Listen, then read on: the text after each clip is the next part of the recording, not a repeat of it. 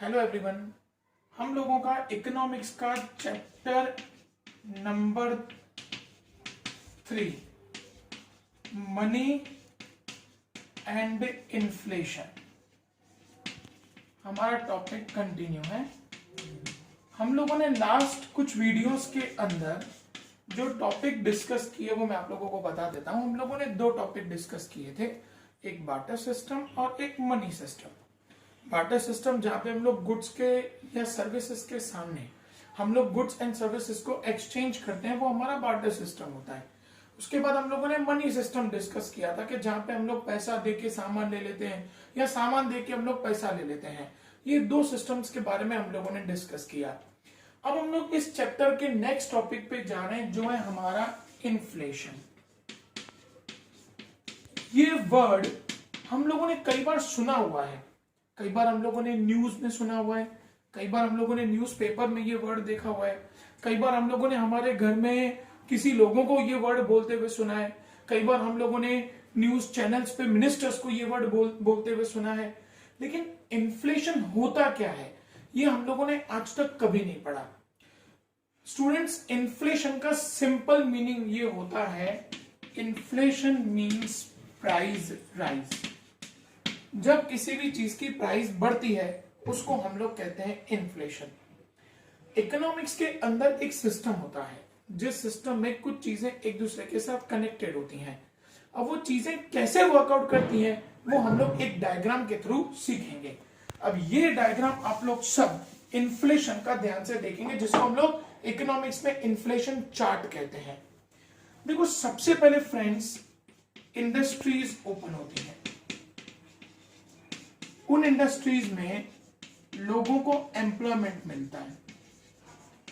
उस एम्प्लॉयमेंट के साथ लोगों के पास इनकम आती है, मतलब कि लोगों के पास पैसा आता है, सैलरी आती है। जब वो इनकम आती है तो चीजों की डिमांड बढ़ती है, और जब चीजों की डिमांड बढ़ती है तब इंडस्ट्रीज ओपन होती है। ये हमारा इकोनॉमिक्स का चार्ट है, जो सारी चीजें एक दूसरे के साथ कनेक्टेड रहती हैं। इन्फ्लेशन का मतलब होता है, हम लोगों ने अभी अभी पढ़ा, इन्फ्लेशन का मतलब होता है प्राइस राइज, प्राइस बढ़ना। अब स्टूडेंट्स, प्राइस कब बढ़ेगी? प्राइस तब बढ़ती है जब चीजों की डिमांड ज्यादा होती है। जब चीजों की डिमांड उसकी सप्लाई से ज्यादा होती है। जब भी इकोनॉमिक्स के अंदर हम लोग इस चार्ट को एक बार फिर से अच्छे से डिस्कस करेंगे। जब इंडस्ट्रीज ओपन होती हैं तो इंडस्ट्रीज के साथ एम्प्लॉयमेंट अपॉर्चुनिटीज क्रिएट होती हैं। एम्प्लॉयमेंट अपॉर्चुनिटीज के साथ लोगों के पास इनकम जनरेट होती है। इनकम जनरेशन के साथ चीजों की डिमांड इंक्रीज होती है, और चीजों की डिमांड इंक्रीज होने के साथ साथ अगेन इंडस्ट्रीज ओपन होती हैं, और ये साइकिल चलता रहता है।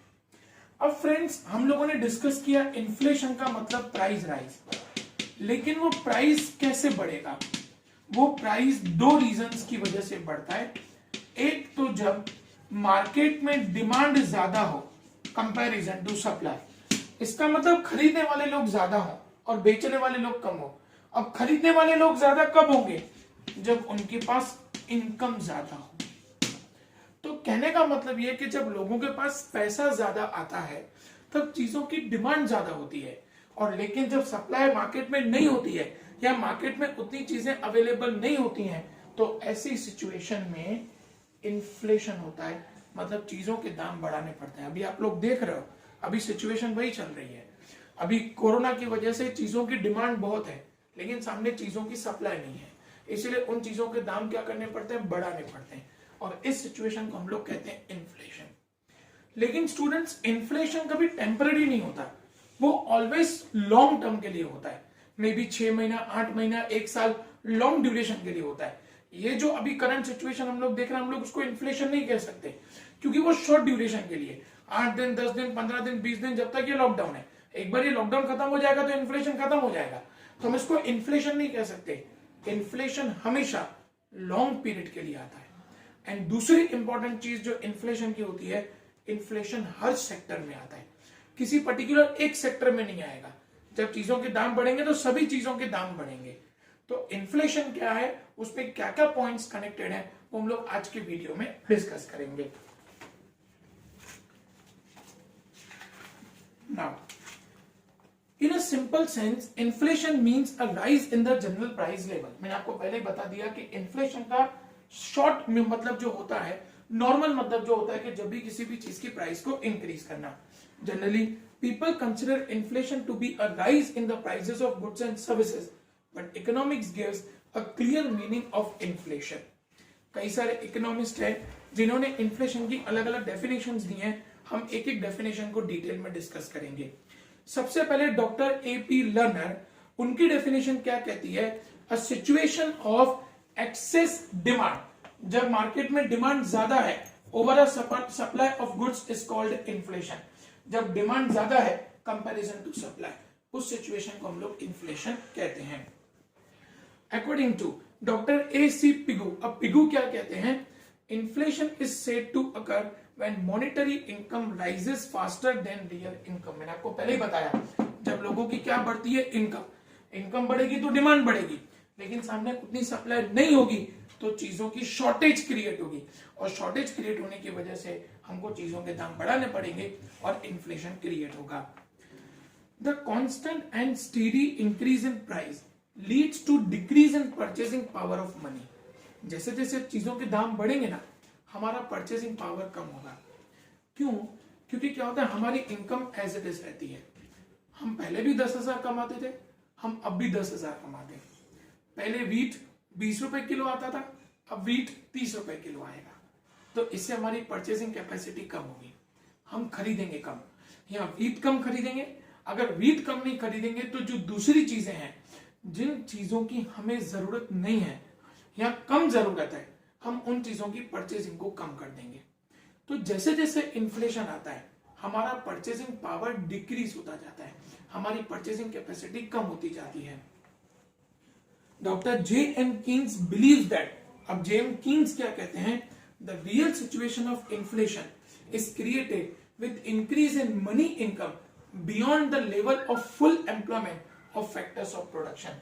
जब सबके पास फुल एम्प्लॉयमेंट है, सबके पास इनकम आ रही है, और सामने वो लोग उन चीजों की डिमांड कर रहे हैं, लेकिन सामने हमारे पास मार्केट में सप्लाई नहीं है, तब ऐसे सिचुएशन में इन्फ्लेशन क्रिएट होता है। According to the about definition of inflation, various characteristics of inflation are given below. Characteristics of inflation, number 1, constant rise in price level. Inflation मतलब कंटिन्यूअस प्राइसेस को इंक्रीज होना। ऐसा नहीं 6 महीने प्राइस बढ़ा फिर कम हो गया, या 1 महीना प्राइस बढ़ा फिर कम हो गया। जैसे मैंने आपको भी कोरोना सिचुएशन बोला, अभी प्राइस बढ़ा है लेकिन थोड़े टाइम के बाद प्राइस कम हो जाएगा, तो it is not considered as an inflation. Inflation में कंटिन्यूअस प्राइसेस इंक्रीज होंगी। Second, price rise in all sectors of the economy. कोई एक सेक्टर में प्राइस इंक्रीज नहीं होगा, सभी सेक्टर्स, चाहे वो घर होगा, गाड़ियां होंगी, वेजिटेबल्स होंगे, फ्रूट्स होंगे, ग्रोसरी होगी, सब चीजें महंगी होंगी। कोई एक सेक्टर नहीं, कोई एक चीज नहीं। परचेसिंग पावर डिक्रीजेस, लोगों का परचेसिंग कैपेसिटी डिक्रीज होगा, क्योंकि लोगों के पास पैसा स्टेबल आ रहा है। पैसा पहला जितने आ रहा था अभी भी उतना ही आ रहा है। फर्क क्या पड़ेगा, चीजें महंगी होंगी, तो हमारा परचेसिंग पावर कम हो जाएगी, हमारा परचेसिंग कैपेसिटी कम हो जाएगा। The rise in price level after full employment is inflation. सबके पास काम होगा, इसीलिए सबके पास पैसा आएगा, इसीलिए चीजों की डिमांड बढ़ेगी, और एट द एंड हर एक चीज की प्राइस बढ़ने की वजह से इन्फ्लेशन दिखाई देगा। Some other points to be considered for a better understanding of inflation are, number 1, when government has kept control over and suppresses increase in price level via rules, law and subsidies, it is considered inflation. Even if there is no price rise, it is called a suppressed inflation. Students, America के अंदर हर साल 1% के हिसाब से चीजें बढ़ती हैं, चीजों के दाम बढ़ते हैं, जो बहुत नेग्लिजिबल है, बहुत छोटा अमाउंट है, वो सरकार खुद करती है। पिछले साल जो चीज वहां पे 100 रुपए की होगी, इस साल वो 101 रुपए की होगी। ये कोई ज्यादा महंगा नहीं हुआ। जो जहां पे गवर्नमेंट खुद इन्फ्लेशन छोटे छोटे रेट पे इंक्रीज करती है, उसको हम लोग कहते हैं suppressed inflation, that we called as suppressed inflation, जिसको सरकार खुद कंट्रोल करती है। सरकार अपने रूल्स लगा के उन चीजों को कंट्रोल करने की कोशिश करती है, उसको हम लोग कहते हैं सप्रेस्ड इन्फ्लेशन। कभी कभी क्या होता है ना कि इन्फ्लेशन 4-5% के हिसाब से कंट्रीज में बढ़ता जाता है। ये मैं आप लोगों को टेक्स्ट बुक में नहीं, टेक्स्ट बुक से बाहर जाके का नॉलेज दे रहा हूं। जब 4-5% के हिसाब से इन्फ्लेशन बढ़ता है उसको हम लोग कहते हैं वॉकिंग इन्फ्लेशन। जब 8-9-10% के हिसाब से इन्फ्लेशन बढ़ता है जो हमारी कंट्री में है, इंडिया के अंदर, उसको हम लोग कहते हैं रनिंग इन्फ्लेशन। और जब इन्फ्लेशन 50%, 100%, 200% के हिसाब से बढ़ता जाता है, जहां पे सरकार का कोई कंट्रोल नहीं रहता, उसको हम लोग कहते हैं गैलपिंग इन्फ्लेशन। तो जहां पे सरकार खुद उसके प्राइसेस को कंट्रोल कर रही है वो हमारा सप्रेस्ड इन्फ्लेशन कहलाता है। Next point, if in an economy for a shorter period of time if there is an increase in price of limited goods or service then it is not inflation। मैंने आपको पहले ही समझाया, अभी corona की वजह से कुछ चीजों की प्राइस बढ़ी हुई है तो आप उसको इन्फ्लेशन नहीं बोलेंगे, वो शॉर्ट ड्यूरेशन के लिए। जैसे लॉकडाउन खुलेगा वो चीजें ऑटोमेटिकली आपको सस्ते में मिलनी शुरू हो जाएंगे, उसको हम लोग इन्फ्लेशन नहीं बोलेंगे।